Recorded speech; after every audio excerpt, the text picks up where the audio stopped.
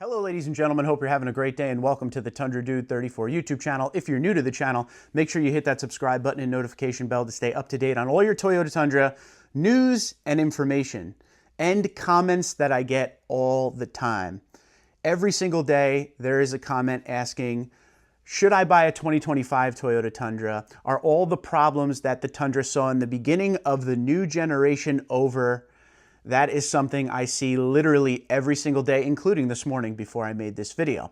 Now, when you're trying to answer that question for potential buyers and consumers and people interested in the Toyota Tundra, it is very tough. It's very tough because these manufacturers don't come out publicly and say, here's the problems we're having. Was this problem solved? What's the percentage of any kind of issue out there?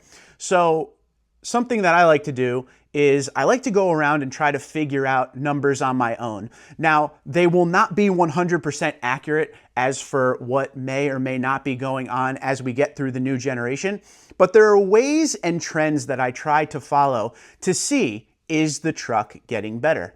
Now, I spend a lot of time on the message boards. I look for a lot of different owners out there that claim there's an issue with their truck and kind of see their follow-up story along the way, making sure it wasn't something like someone went in for an oil change and the tech forgot to fill the truck back up with oil, or a wire got disconnected, and that's a whole nother story versus a true engine failure that happened because of a debris issue that used to exist in the Toyota Tundra. So it's very hard to be able to answer this question with 100% accuracy because we don't see the internal numbers of any kind of failures. The closest we got to that was the May 2024 recall that came out for some of the 22 and 23 Toyota Tundras that had to do with debris in the machining process of the engines causing them to fail. Now that recall included 98,568 Tundras and 3,524 LX600s, making it a total of 102,092 Toyotas recalled for that engine. And this is all from the Toyota report that they put out after this recall, those numbers. And in that report, they listed 166 Toyota field technical reports and 824 warranty claims. Now, since then, there was a remedy that was announced. And if you are part of that 22-23 engine recall, you are getting a brand new complete engine. So that is something that really brought the attention to a lot of different people that were considering the Toyota Tundra. So since then, everybody always asks, are we good now? Are we out of the woods? And again, because we don't see the internal numbers other than every once in a while when there's a recall, it's hard to tell. But one thing that I always like to pay attention to is the NHTSA website.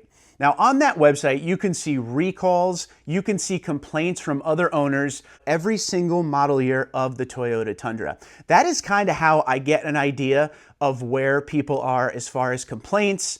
Is there a ton of complaints? Are they getting better? Are they trending up and down?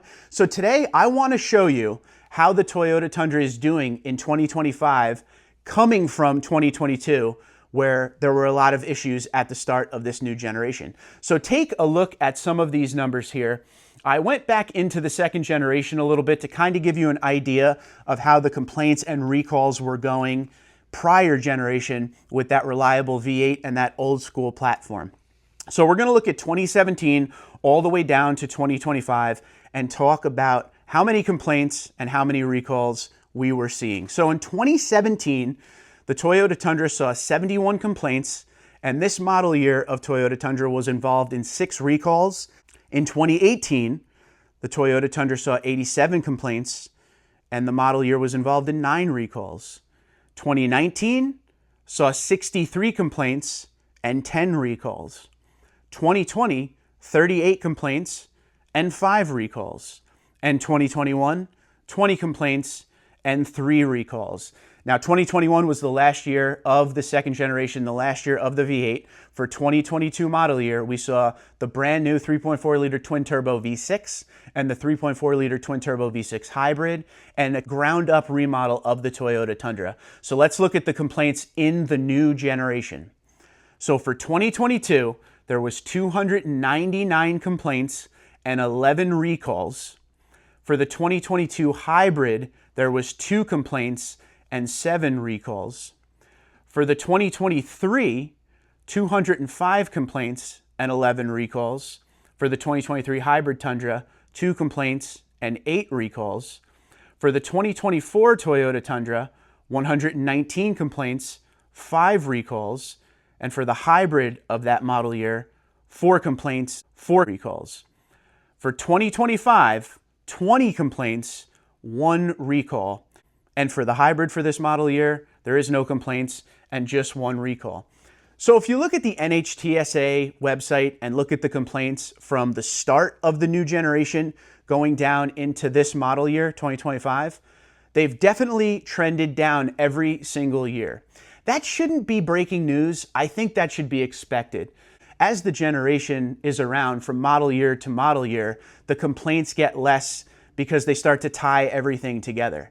So it's one of those websites that you're not going to find every single complaint or every single issue. These are people that go on and talk about what's wrong with their vehicle. But with 2025, there is one common issue that keeps coming up. I'm going to show you guys a couple of the complaints of what was listed, and you will see a common issue.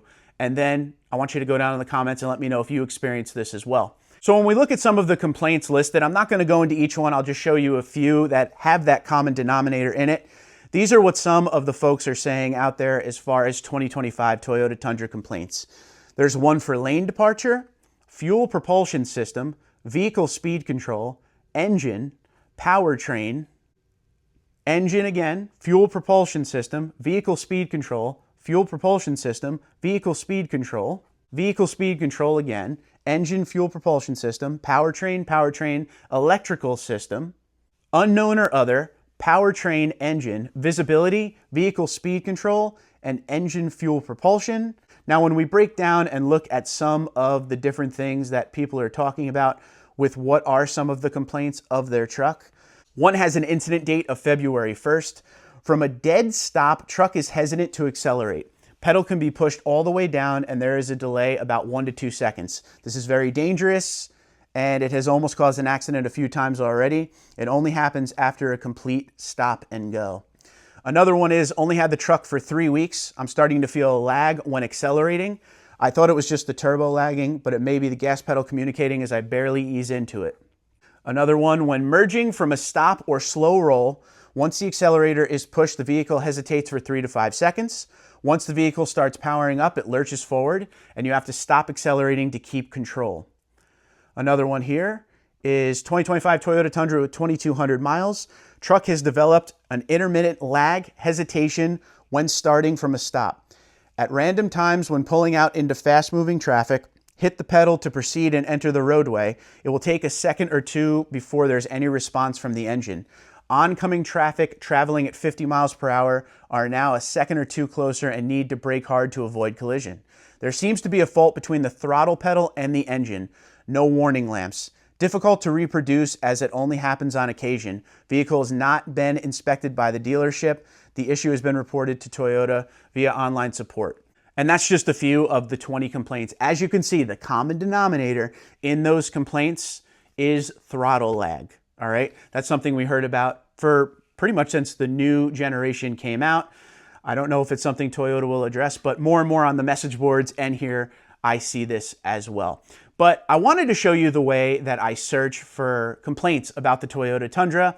Again, there is no 100% foolproof way without seeing the Toyota internal reports to see how a given model year of Toyota Tundra is doing. So I try to find my way around the message boards to see the problems they're having there. But I find a lot of success with following the trends on something like an NHTSA just to see if the complaints are building up or coming down, and they're significantly going in the right direction for the 2025 Toyota Tundra. And as we push on through this generation, they're just going to get better and better. But let me know what you think in the comments below. If you're a 2025 Toyota Tundra, how has your time been with it so far? Are you having any issues? But I'll keep you guys up to date on anything I hear. But once again, NHTSA is where I try to get a good idea of how the truck is doing. Twitter, Instagram, LinkedIn, Facebook, TikTok at TundraDude34, TundraDude34 at gmail.com. You guys have a great day. Be safe and be well.